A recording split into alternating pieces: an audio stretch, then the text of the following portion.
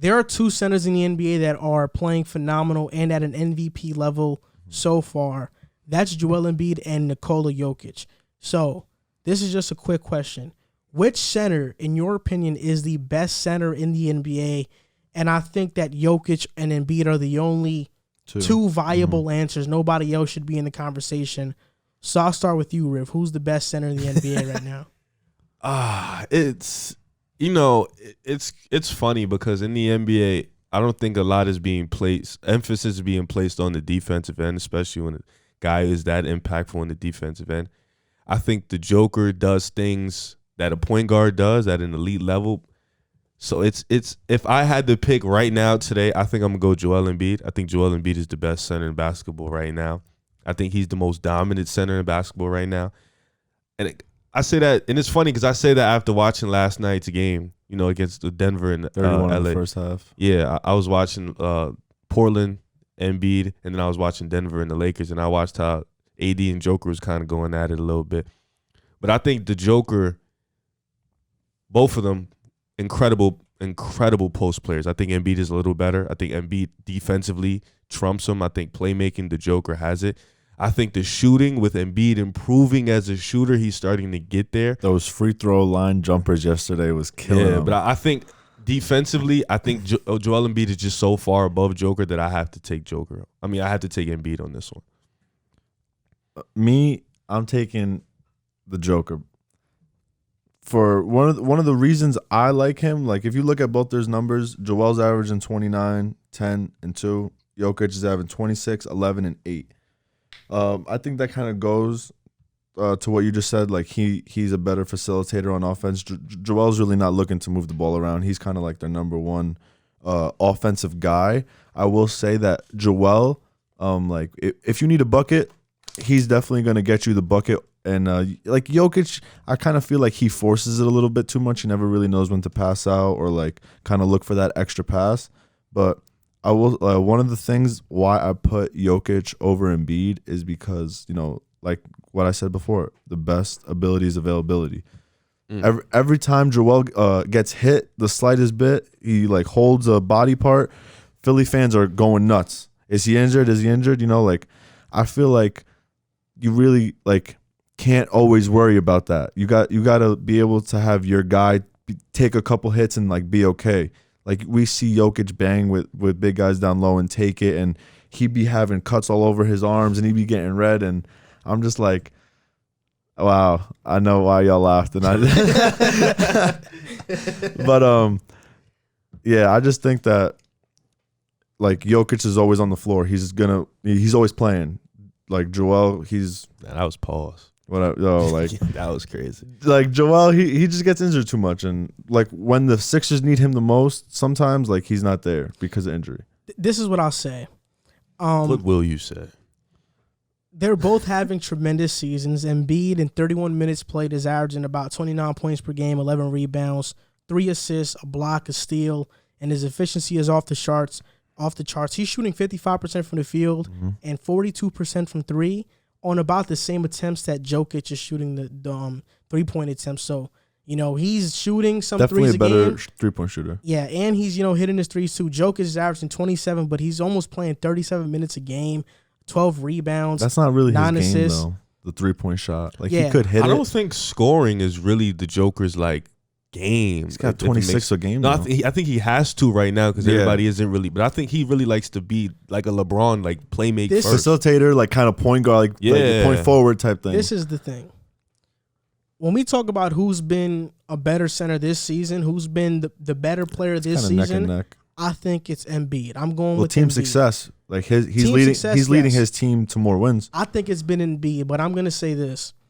I think Nikola Jokic is the best center in basketball right now because even though Embiid, you can run an offense through him, you can't run an offense through him quite like Nikola Jokic. Nikola Jokic is literally, this is a crazy comparison right now. Nikola Jokic, outside of the defense, is literally Ben Simmons and Joel Embiid. What Ben Simmons and Embiid do for Philly is what Jokic does alone for Denver. In terms of being that primary facilitator, setting everybody up, being a tremendous passer. It's gotten to the point where you can't really double team Jokic because he's such a great passer. His passing And ability is. his game yesterday against the Lakers wasn't a great game. He didn't play good. But I'm not about to forget what he did to them in the Western Conference Finals, because he was phenomenal in the WCF. And if it wasn't for that Anthony Davis game winner, Literally. it would have been a much closer series, which is why I thought it was kind of weird when Reggie Miller said the Lakers dominated the Nuggets, because they didn't dominate the Nuggets in that series. It was closer than people like to think it was. But this is the thing. Embiid, we know his strengths is in the post, so is Jokic's. They both have great footwork. But I just think Jokic's passing ability puts him a step above. And even though Embiid is a better defender, I just think that if I'm starting a team, I'd rather have Jokic because of what he can do all around on offense. And in the playoffs, Jokic has been way better than Embiid in the playoffs. Like, Embiid has had some, like, in the playoffs, Embiid shoots 44% from the field in his playoff career. Last year, he averaged 30 points per game against the Celtics when Simmons was out. But the year before, he only averaged 20. Jokic, his playoff career, he shoots 51% from the field. And his first year in the playoffs, he averaged 25, 13, and 8. And last year, he averaged 24, 10, and 6. So in the playoffs, it's not even close. Jokic has been better than Embiid. I want to say this. Add context to what you're saying.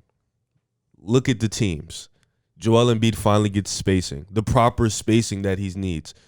MVP candidate. I feel like in Denver, the Joker has always had spacing. I think we could all agree on always. that. He's always had the proper team. Jokic is spacing too. Yeah, that's what I'm saying. He's always spacing. They've had shooters in he's always Denver. had the proper team built around him to be that. So I think this year we're finally starting to see what Joel Embiid would really look like with spacing in the regular season so far. Well, yeah, that's what I'm saying. Like, that's what coaching I'm matters saying. too. Right now, I think so far we're starting to see this is Joel Embiid with space. I think last year, Ben Simmons out, he kind of had to just go out there and just play. They had no chance against Boston in the bubble. The year before that, he kind of had Ben Simmons, who was just a liability in the fourth, so they was able to double team him.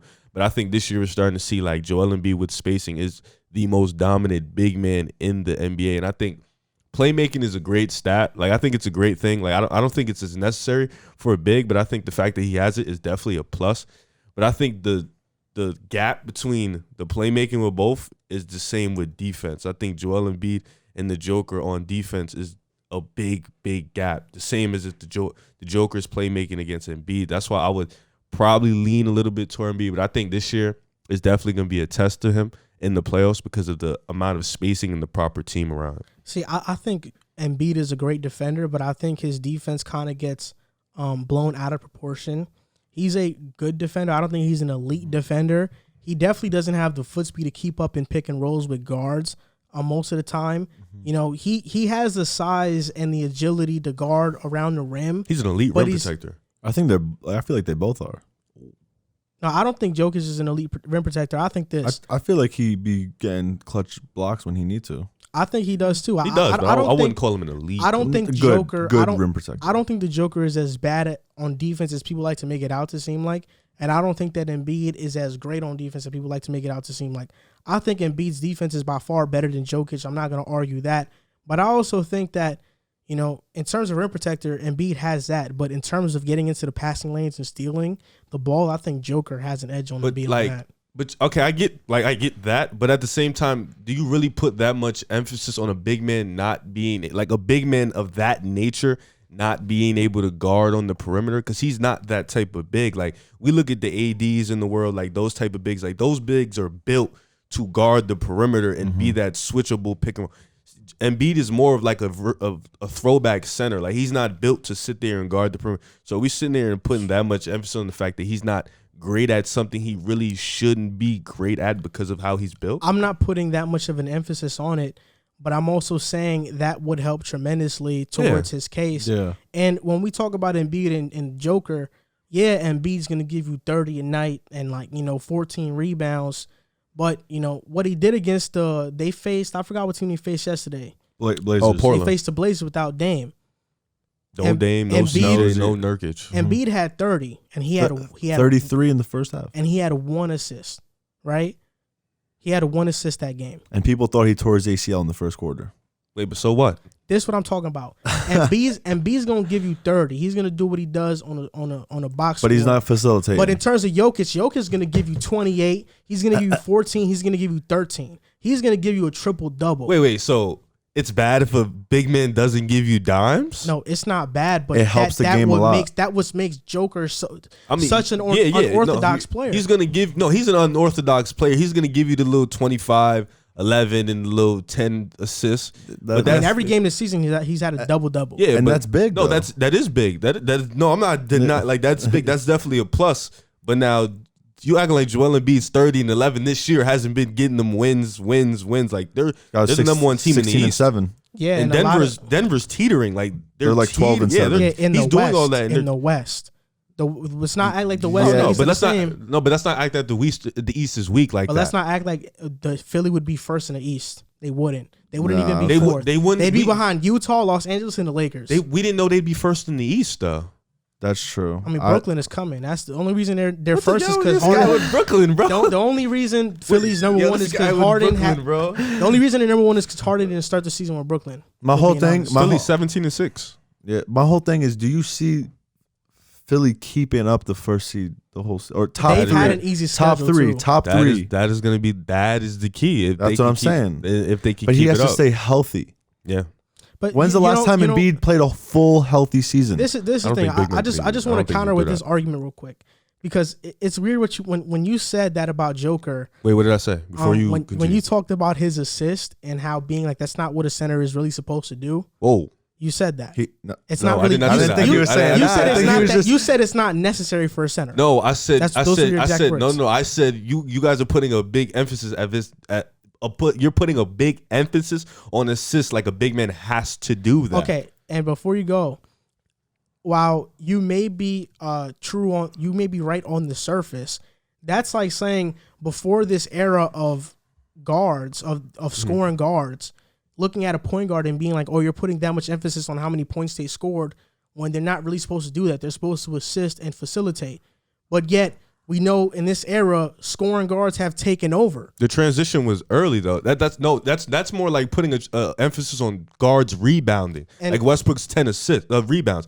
I'm not going to, if you sit there. No, I don't think it's the same. Yeah, because if you put Westbrook with another guard and you're like, okay, he does all this rebounding. I'm like, I wouldn't want, like, I don't put emphasis on my point guard being like, if he's a great rebounder, that's great. But that's not something I'm sitting there and saying that's a big emphasis. I think rebounds are much more open-ended than assists and playmaking. Okay, so if you're talking, I think assists and playmaking really make a big impact on the game. Yeah, my whole thing is Joel, he gets double teamed a lot because obviously he's giving you those 30 points a game or whatever. And he brings up the ball too. Yes, so my whole thing is if you're like suspect on your playmaking and passing abilities, like how are you going to bring your offense to the next level? We've seen when Embiid when he's drawing those double teams, he brings his offense to the next level with his scoring ability. But that's himself. He needs to elevate the players around him. We've seen center. He could. How many big men? Jokic does it. Yeah, he does. That's what I think makes him better. Though. He makes everybody else around him better. Joker is probably one of the few bigs that we can name in history that actually does that. Like, come on, like what? Tim Duncan, that's what makes Hakeem him so Elijah. great. Okay, but I get that. We've seen big men who have scored like Joel though. Yeah, that's understandable. But you guys are just saying, okay, I'm not disagreeing with you guys. I'm like, he's a great playmaker. He's a better playmaker. I mean, 30 and 15 for Joel is still good. Yeah, that's amazing. He's a great playmaker. We get all that. But there's other parts of the game where Joel Embiid, I think it's a lot closer than people because Joel Embiid does a lot of the game. I think what you're trying to say is he brings a lot more to the game than what stats say. A lot in the game better than him? Not a lot. Like what? I think it's just a defensive end. I think Joel Embiid is a better post player. I mean, I think that's fair. I think Joker's a better post passer, but I think Joel Embiid's a better post player. I think Joker's better face up game. He has a better perimeter game. He can I get what you're saying. We've seen a spot up shooter. Like I'd rather Joel take the three. I think Joel is better at doing big man things than the Joker. Like you're saying, he's a better perimeter. You're saying like Joel is a center and Jokic is like a center forward, like center like a hybrid. You know why? I get what you're saying. I don't agree with that. I don't agree with that because he brings the ball up though. Not even that. I don't agree with that because this is the first year where we've seen Joel Embiid really enforce his will in the post. Mm-hmm. These previous years, I mean, everybody has been kind of begging Joel Embiid to stop taking perimeter shots and take his game there. That is true. I mean, this is also the first year we've seen him with spacing, real spacing. And we've also, like last night I said, I think he took, like, the Blazers gave him 6 jump shots in a row from the free throw line in, and he made all of them. If he's hitting those shots, it's over. That's scary. Like, no, that's true. But I think for me, based on the Joker's playoff performances, yes, I think I would just and the put playoffs, him over yes, Embiid. exactly. That's fair. Right no, now. that's fair to say because he has been underperforming in the playoffs. Like, if you look at what Jokic and Jamal did against the Clippers, like, Jokic played a big role. Like, it was a 2-man show. Yeah, but I think this is the first year, honestly, where Embiid has the proper team around him. Sit here. No, yeah, I agree with that. Because they always said, I just can't disregard Embiid's history when he's been in the post and double teamed. That he really is not it. His weakness as a passer shows when he gets double teamed in the post. No, I agree. So I think, I mean, look, I have the Joker. Obviously, I think it's a very close debate. Oh yeah, it's definitely. But I have the Joker. Talk. You have Joel Embiid. Well, right now I have Embiid. Like this year, as of right now, I have the MVP, Joel Embiid. You think he's MVP over LeBron? Come on, guys. I think LeBron is MVP right now. To be honest, I think I am a big. I'm not even gonna say LeBron hater. I think you know what I think though. I think the MVP race is a lot closer this year. I think a lot of guys are fighting for it. I got Embiid at 1, but LeBron's right there with him. Yeah, I think LeBron is going for it this year. I think he's coming crazy. I think Embiid's coming for it too. I think a lot of guys could win it. KD is up there. Kawhi's up there. Yeah. The Joker's up there. Like there's a lot of guys. There's gonna be a fight. Kawhi is having a very quiet season. Yeah. You know, Steph Curry's creeping in that 6-7. This is gonna be a fun MVP race. So far, it's been a fun season to watch. But I got Joel Embiid as my MVP.